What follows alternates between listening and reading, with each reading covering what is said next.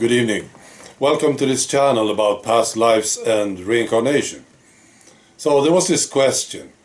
When you die, do you forget everything? Everything is gone, right?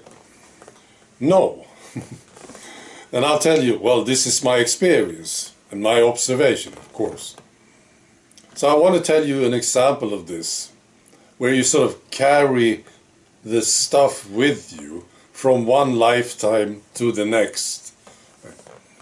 And it's about me, of course, and this is the 1500s in Europe.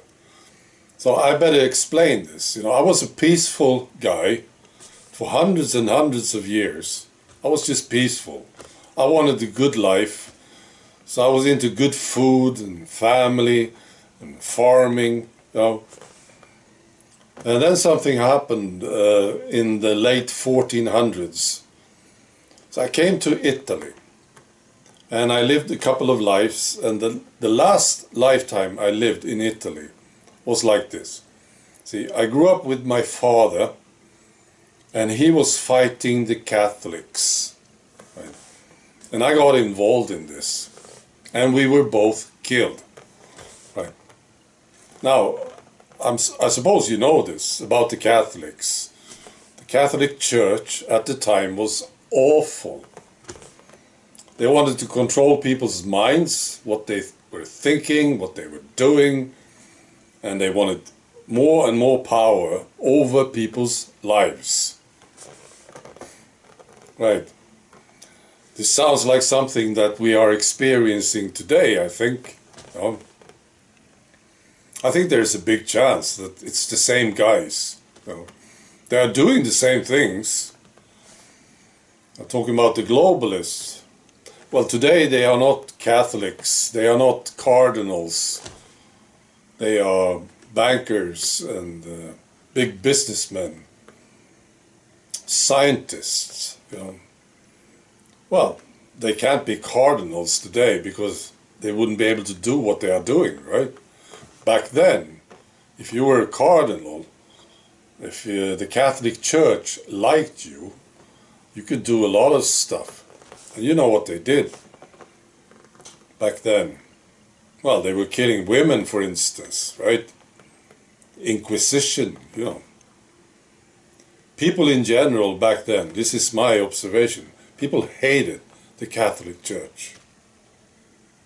And my father was one of them. So he was fighting them, I got involved, we were both killed. And here's the example. I brought this with me to the next lifetime. So I came to France and I had the same idea.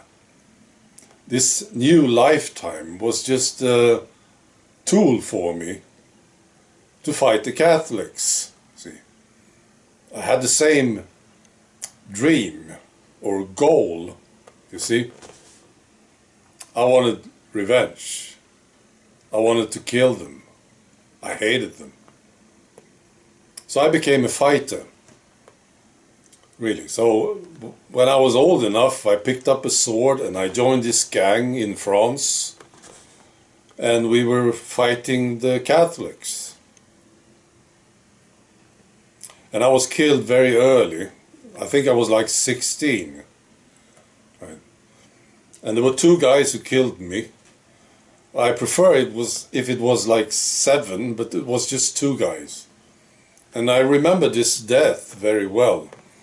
And, it was in a sort of a barn. I know that there was a horse in that barn. And they just beat me to death. And I couldn't do anything.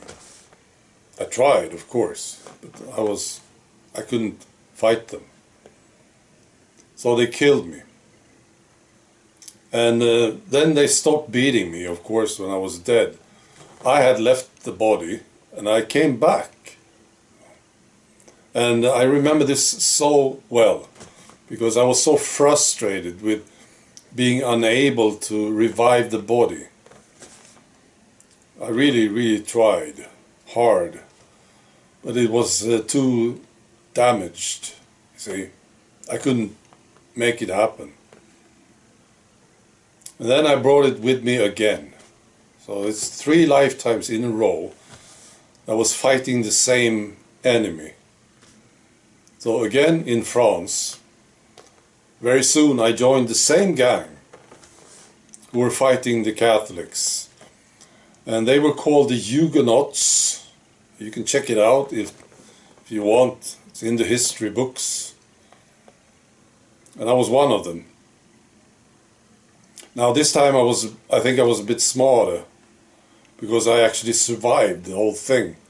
See, there was a big massacre in France, late 1500, and I was able to escape and hide, and I survived.